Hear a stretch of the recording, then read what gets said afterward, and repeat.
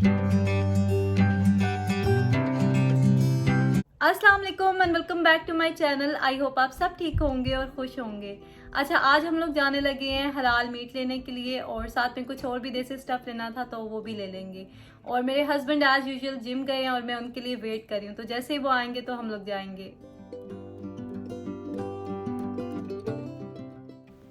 मैंने हस्बैंड को कॉल की तो कहने लगे कि 5 मिनट में आ रहा हूँ।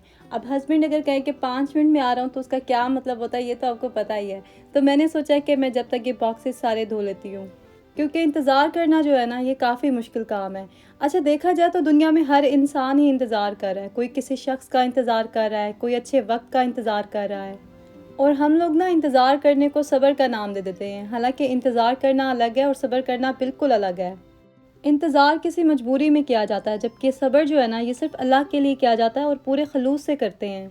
अल्लाह की रज़ा में राज़ी होने को सब्र कहते हैं। हम लोग फ़ैसला तो कर लेते हैं सब्र करने का, लेकिन फिर हम लोगों को बता भी रहे होते हैं अपने दुःख की दास्तान कि देखो हम किस तरह से सब्र कर रहे हैं। और नाम हम उसे दे देते हैं शेयरिंग का।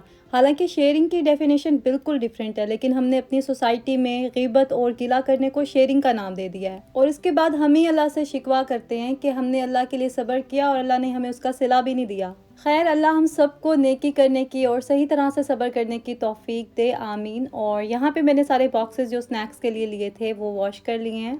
मैं सोच रही थी कि जब मैं ग्रॉसरी करके वापस आऊँगी तो ये ड्राई हो चुके होंगे, तो मैं इन्हें हल्का सा वाइप ऑफ करके तो इसके अंदर स्नैक्स फिल कर दूँगी।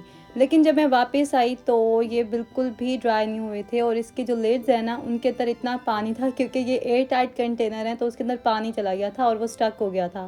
फिर मैंने अच्छी तरह से वो पानी निकाला और उसको ड्राई किया। अच्छा, आप लोग मुझे बताइएगा कमेंट करके कि आप जब नए बर्तन या कोई इस तरह के कंटेनर्स लेते हैं तो उन्हें वॉश करते हैं यूज़ करने से पहले या नहीं करते। मैं तो लाज़मी करती हूँ, क्योंकि इस तरह से ना सैटिस्फैक्शन नहीं होती।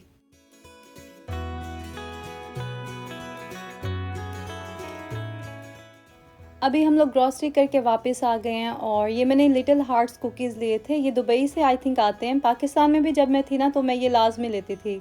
और यहाँ पे भी अली और आयतल वगैरह शौक़ से खा लेते हैं। आज मैंने स्लांटी भी लिया बड़े शौक़ से, लेकिन जब ओपन किया ना तो बिल्कुल भी फ्रेश नहीं था, तो फेंकना ही पड़ा हमें। इसके अलावा कुछ टी टाइम स्नैक्स लिए, क्योंकि सर्दियों में आपको पता है इस तरह की चीज़ें ना थोड़ी अच्छी लगती हैं कभी-कभी। मैं वैसे एक बहुत कम पीती हूँ चाय, लेकिन जब भी पीनी हो ना मैं एवरीडे की ही पीती हूँ, मुझे और चाय नहीं अच्छी लगती। ये माल्ट ड्रिंक लिया था क्योंकि इसकी तासीर जो है ना ठंडी होती है। तो जब भी मैं गर्म चीज़ों का यूज़ ज़्यादा करूँ, ड्राई फ्रूट्स वग़ैरह आपको पता है आजकल ज़्यादा खाए जाते हैं, तो फिर मैं बैलेंस करने के लिए माल्ट पी लेती हूँ। वरना फिर मुझे ना एक्ने का इशू हो जाता है, क्योंकि मेरी स्किन एक्ने प्रोन है, तो उसे कंट्रोल करने के लिए बस मैं कुछ चीज़ें हैं जिनका ख़्याल रखती हूँ। आपके साथ डिटेल में वैसे शेयर करूँगी मैं। चिया सीड्स भी लिए थे मैंने, क्योंकि मैंने आपको बताया था कि इसके बहुत ज़्यादा बेनिफिट्स हैं, तो ये आप ज़रूर यूज़ किया करें। और जिनको बोन्स में पेन है या इस तरह के कुछ इश्यूज़ हैं तो वो इसे भिगो के यूज़ ना करें, बल्कि इसे ड्राई यूज़ करें, उस तरह से ये उनको ज़्यादा फ़ायदा देगा। कुछ फ्रूट्स और वेजिटेबल्स भी ली थी मैंने। और ये जो जापानी फल है ना ये पाकिस्तान में इतने मज़े के मिलते थे, लेकिन यहाँ पे ना बिल्कुल ही डिफरेंट फ्लेवर था। खैर, मैंने ले तो लिए थे, लेकिन बस मुश्किल से ही खाए गए थे। अच्छा, हैरत की बात है कि आज वहाँ पे मैंगोज़ भी थे और मैंने फिर ले लिए थे थोड़े से, क्योंकि बच्चों को कभी पराठे के साथ दे देती हूँ तो शौक़ से खा लेते हैं फिर। इस वीक में मैंने एक तो भिंडी बनानी है, क्योंकि आयतल को ना बहुत पसंद है भिंडी, तो वो बार-बार पूछती रहती है कि मामा भिंडी कब बनाएँगी? तो दूसरी जो है ना सब्ज़ी मैंने वो नहीं ली थी, क्योंकि मेरे पास मिक्स वेजिटेबल्स थी फ्रिज में, तो मैंने सोचा कि उसी से ही दोबारा बना लूँगी, क्योंकि ऐसे तो फिर वेस्ट हो जाएँगी। आजकल ना मैं अक्सर बच्चों को यखनी भी बना के दे देती हूँ, क्योंकि ये जो फ्लू वाला सीज़न होता है ना, इसमें आप अगर इस तरह की चीज़ों का यूज़ करते हैं ना तो काफ़ी बचत हो जाती है।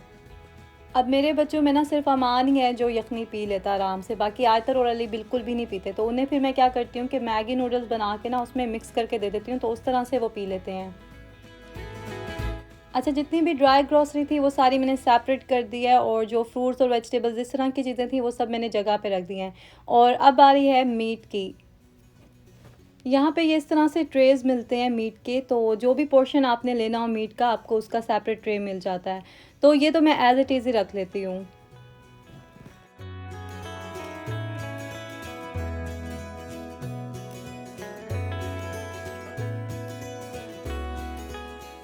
ये जो बारीक वाला कीमा है ना, ये मैं मीट बॉल्स बनाने के लिए लेती हूँ, और उसके अलावा हम मोटा कीमा लेते हैं जो मैं वैसे भुना हुआ या फिर प्याज कीमा अक्सर बनाती हूँ, तो उसके लिए हम यूज़ करते हैं।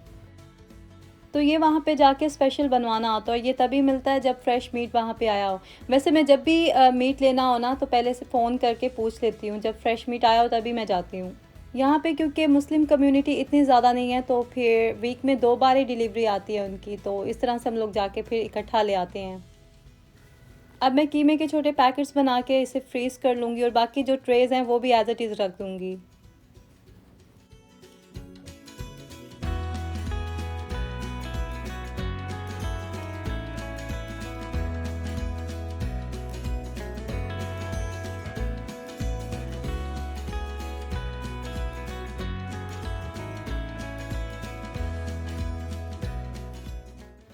अभी मैंने सारी ग्रॉसरी ठिकाने लगा दी, उसके बाद मैंने कहा कि पहले मैं अपने नेल्स कट करती हूँ, थोड़ा-सा रेस्ट भी हो जाएगा बैठ के।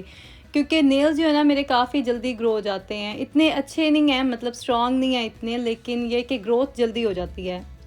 मुझे वैसे थोड़े से लंबे नेल्स अच्छे लगते हैं, लेकिन ज़्यादा लंबे हो जाए ना तो फिर मुझे उलझन होने लगती है, और 2-3 वीक तक अगर मैं कट ना करूँ ना, तो इतने लंबे हो जाते हैं कि मुझे खुद अजीब लग रहा होता है।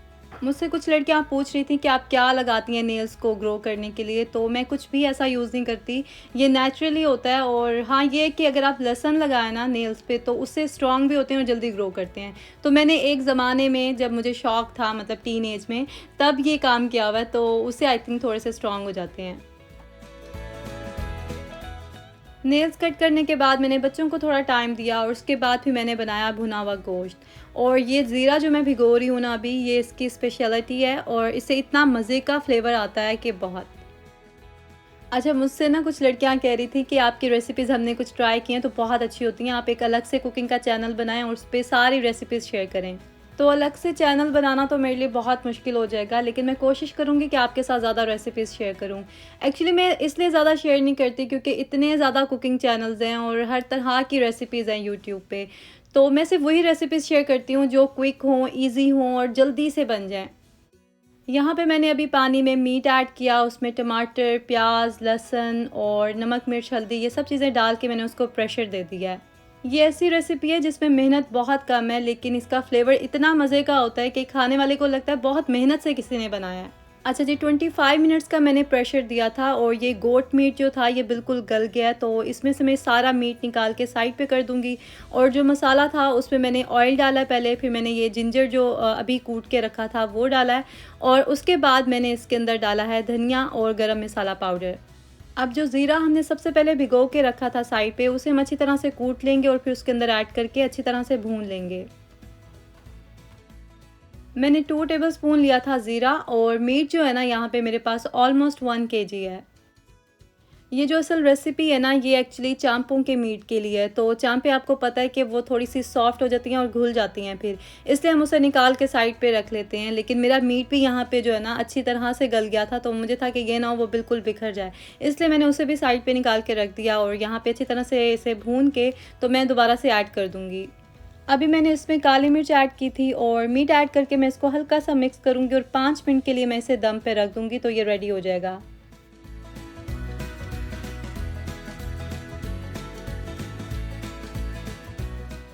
आज एक्चुअली लंच में हमने आलू के पराठे खाए थे, तो उसके बाद फिर मैंने ये भुना हुआ गोश्त बना लिया था जल्दी से, तो हमने डिनर जल्दी कर लिया था।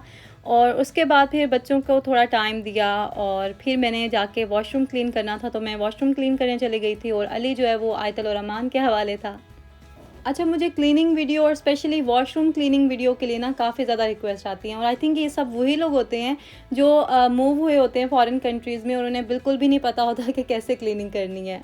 मैं भी जब यहाँ मूव हुई थी ना, तो मुझे बिल्कुल आइडिया नहीं था कि कैसे क्लीन करूँ, क्योंकि वहाँ पे आपको पता है हेल्पर्स होती हैं, तो नौबत ही नहीं आती कि हम खुद क्लीन करें।